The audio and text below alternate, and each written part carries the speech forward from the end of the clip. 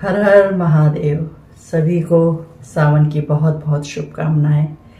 आज आपके सामने हम शिव महापुराण का विदेश्वर संहिता सुनाने जा रहे हैं। उसका प्रथम अध्याय सुनिए क्या है और उसका पुण्य फल प्राप्त कीजिए। तो प्रथम अध्याय।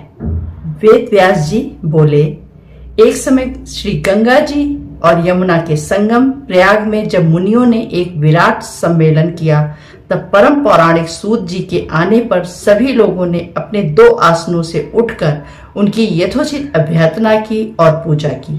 सत्कार करके हाथ जोड़कर ये प्रार्थना की कि हे मुनीश्वर, कलयुग में सभी प्राणी पाप ताप से पीड़ित हों, सत्कर्मों से रहित, पर निंदक, चोर, पर स्त्रीगामी, दूसरों की हत्या करने वाले, देहाभिमानी, आत्मज्ञान से रहित, नास्तिक, माता पिता से द्वेषी और स्त्रियों के दास हो जाएंगे।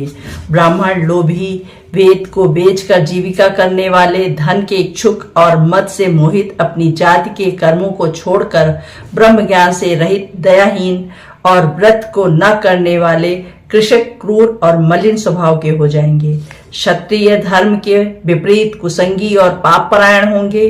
रण से कायरता, धर्म से विमुखता, चोरी, नीचता और दासता ही उनका धर्म हो जाएगा।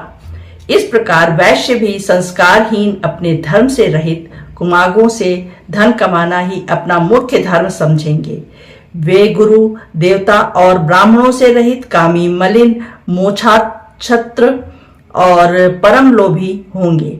शूद्र भी अपने धर्म को छोड़कर तिलक आदि लगाकर ब्राह्मणों का सा आचार करने वाले, नकली तपस्वी, होम करता, कुटिल, ब्राह्मणों के निंदक, धनवान, कुकर्मी, विद्यावान, विवादी, धर्म लोक दंभी, महाअभिमानी, क्रूर, वर्ण धर्म के नाशक, सब वर्णों से उच्च और दुष्कर्मों के हो जाएंगे। इस प्रकार स्त्रियों में भी धर्म का नाश हो जाएगा और वे तमोगुण से युक्त, यारवासी, पति से विमुखी, माता पिता की भक्ति से रहित, नित्य रुग्ण रहा करेंगी। ऐसी नष्ट बुद्धि संतानों की परलोक में क्या दशा होगी तथा वे किस कर्म द्वारा सद्गति को प्राप्त होंगे। हे सूत जी, अब आप इस प्रकार प्रकाश डालिए, क्योंकि हम लोगों को इस बात की बड़ी चिंता है कि जगत की क्या दुर्दशा होगी। परोपकार से बढ़कर दूसरा धर्म नहीं है, अतः इसके लिए जो सर्व सिद्धांतों में मान्य है, ऐसी कोई सरल युक्ति आप बतलाने की कृपा कीजिए। तो सूत जी बोले कि हे मुनीश्वरों, ये दूसरा अध्याय है। ये आपने त्रिलोक हितकारी सर्वोत्तम प्रश्न किया है। ये कल के पापों का नाश करने वाला परमार्थदायक शिव पुराण ग्रंथों में उत्तम और वेदांत सागर का भी सर्वस्व है, जिसके पढ़ने सुनने से मनुष्य को सर्वोत्तम शिव गति प्राप्त होती है। वेद व्यास के कहे हुए इस पुराण का बहुत महत्व है। इसके कीर्तन और श्रवण से जो फल प्राप्त होता है उस सबको मैं नहीं कह सकता, परंतु उसका कुछ महात्म्य मैं आप लोगों से कहता हूँ। ध्यान देकर सुनिए। व्यास जी ने कहा कि यदि शिव पुराण का एक या आधा श्लोक भी पढ़ोगे तो पाप से छूट जाओगे, और यदि सावधानी से संपूर्ण शिव पुराण को पढ़ेगा तो जीवन मुक्त हो जाएगा, और जो इसके अनुसार आचरण करे तो एक एक अश्वमेध यज्ञ का फल पावे। यदि श्री शिव पुराण का प्रतिदिन पूजन करे तो वो सब देवताओं की पूजा के समान फल प्राप्त करे। इसमें कोई संदेह नहीं है, क्योंकि शिव संहिता नामक इस सुधा को स्वयं श्री शंकर भगवान ने उपनिषद रूपी समुद्र को मथ कर उसमें से निकाला है। अतः जो कोई इसका पान करेगा वो निश्चय ही अमर हो जाएगा। यदि कोई 1 मास तक पढ़े तो वह ब्रह्म हत्याधिक पापों से भी मुक्त हो जाएगा, और शिवालय में या बिल्व के वन में जो इस संहिता को पढ़ेगा वो अद्भुत फल प्राप्त करेगा। जो श्री भैरव जी की प्रतिमा के सामने इसका 3 बार पाठ करेगा उसके सभी मनोरथ सिद्ध हो जाएंगे।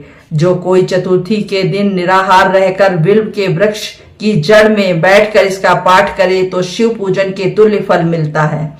इसमें शिव जी के दिए हुए धर्म, अर्थ, काम और मोक्ष चारों पदार्थों का विवेचन और उनकी प्राप्ति के उपाय तथा शिव जी की लीला और विज्ञान सभी कुछ निहित है। अतएव यह सब प्रकार आदरणीय है।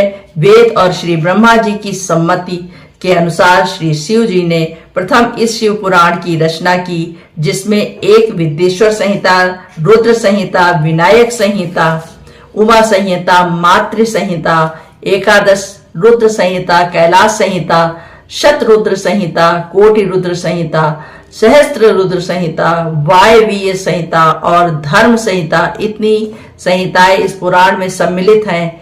ये सभी पुण्यतर है। इसमें एक विद्येश्वर, 2 रुद्र, 3 विनायक, ये तीनों संहिताएं 10-10 हजार, उमा और मातृ ये तीनों 8-2000 और एकादश रुद्र संहिता 13,000, कैलाश संहिता 6,000, शतरुद्र 3,000, कोटि रुद्र 9,000, सहस्त्र कोटि रुद्र 11,000, वायवीय संहिता 10,000 और धर्म संहिता 12,000, वायवीय संहिता 10,000 और धर्म संहिता 12,000।